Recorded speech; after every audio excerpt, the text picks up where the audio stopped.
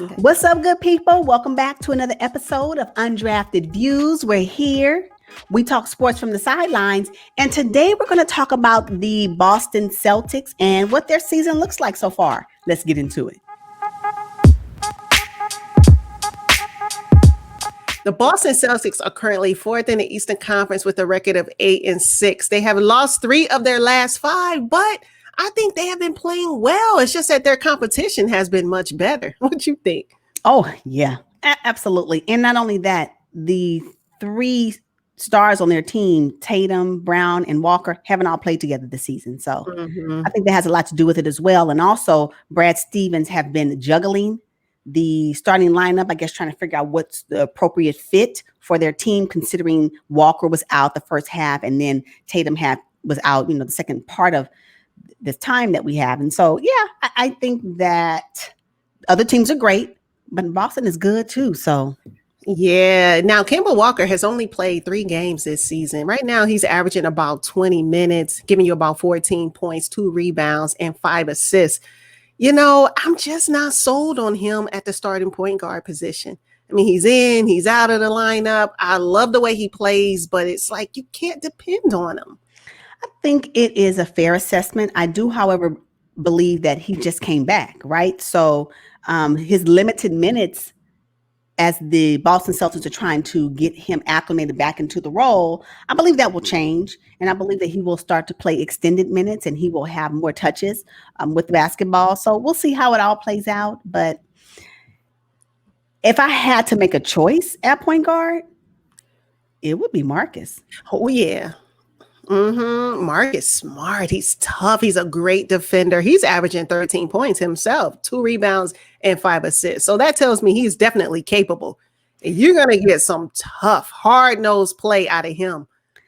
I would also say that if you check his stats when he is the point guard, they're better. Of course, he has more points because he's controlling the ball. Of course, he has more assists because he's controlling the ball. So, as averages pan out, then they may sometimes appear to be lower, but sometimes you have to look at each individual game and figure out what that player was doing at that time, and you'll see some really great stats from Marcus Smart. So I do like Marcus Smart. I don't mind Kemba. Don't get me wrong. I don't mind Kemba.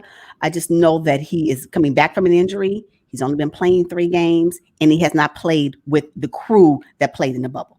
And that's what I'm waiting for. So let me see what it looks like once they have their bubble crew back, because I think everybody else is still on the team. Yeah, that was in a bubble.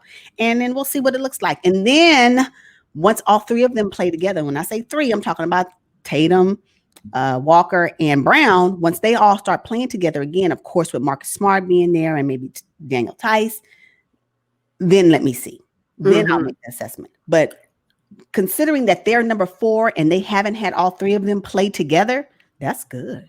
It is good. And most of it is riding on Jaylen Brown's unbelievable play. He's currently the top scorer on the team because Tatum is out.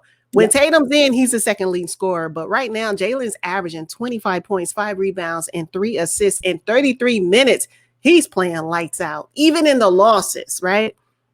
Yeah, the last game that they played, he put up 42 points. But not only that Jaylen Brown. Yeah.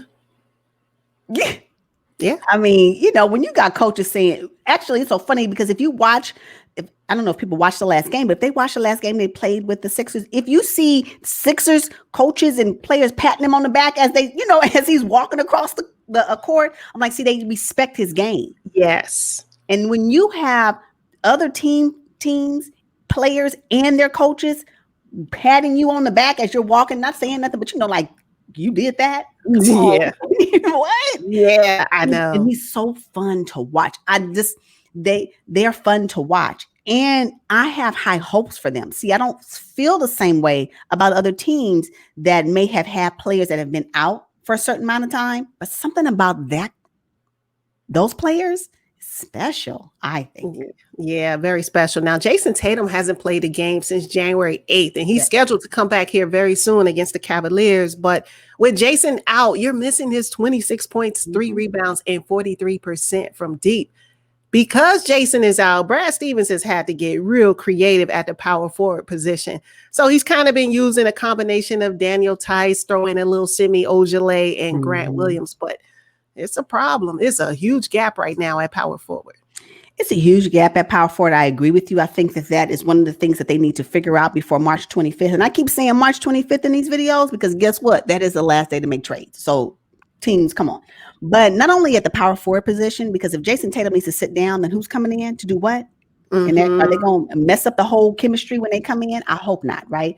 But also that center position is another position that I'm really concerned about. I know they acquired Tristan Thompson, and he's supposed to be in for his defensive abilities and all that. But is that what Tristan Thompson have today?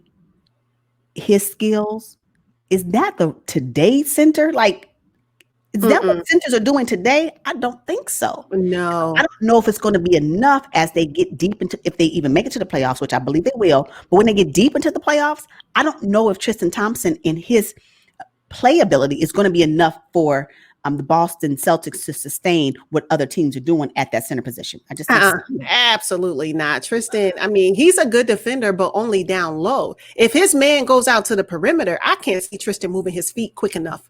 You know, it's just not going to work. Tristan's game is outplayed, is done. I mean, it's about 10 years old. You know, centers today, their game is completely different than his. I agree. Unless, again, I will give him the benefit of the doubt. This is a new system, right? And so he has to get comfortable with what that looks like. And so let's see how he continues to progress. But what I do know, what works and what worked in the bubble was Daniel Tice. Yeah. They did also had Enes Kanter, right? Enes Kanter was a liability on defense. So we know, right? You know, you can get Enes Kanter on offense, but you get him on defense, then it's like he's not there. So I understand that. So again, I don't know if the Boston Celtics are looking for another center type position for their team as they move deeper into the season. So that's another. You talked about power forward. I'm looking at center. So yeah, however you want to name it, number 5 center. I don't care what you call it, but who's going to do that? Yeah, well, I think the power forward position is okay as long as Jayson is healthy. If he's not in the lineup, or like you said, if he has to sit, then it becomes a liability. And at center too, I mean, Robert Williams at third, you got Taco Fall. Daniel Tice is definitely the better option at center to back up Tristan, or even to start before Tristan, if I'm being honest. Yeah.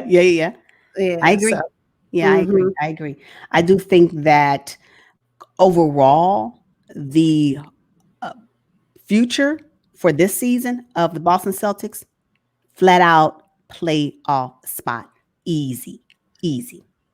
Oh, yeah, definitely. They're going to be in the Eastern Conference semifinals. For sure. Oh, playing who?